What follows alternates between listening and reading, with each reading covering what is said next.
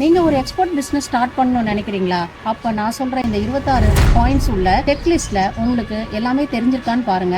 S R no tick அடிச்சுட்டே வாங்க. Otherwise தெரிஞ்சுக்கிட்டு ஸ்டார்ட் பண்ணுங்க. நோட் பண்ணுங்கப்பா பின்றாம்பா.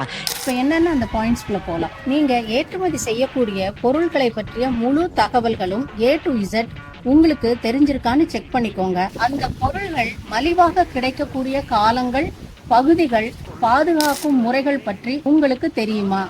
தாங்கள் ஏற்றுமதி செய்யக்கூடிய பொருளினோட HS கோட், அதாவது ஹார்மோனைஸ்ட் சிஸ்டம் கோடு உங்களுக்கு தெரியுமா? அரசின் கொள்கைகள் பற்றி நீங்கள் அறிந்திருக்கிறீர்களா? நீங்கள் பொருளை ஏற்றுமதி செய்யக்கூடிய நாட்டினை தேர்ந்தெடுத்து விட்டீர்களா?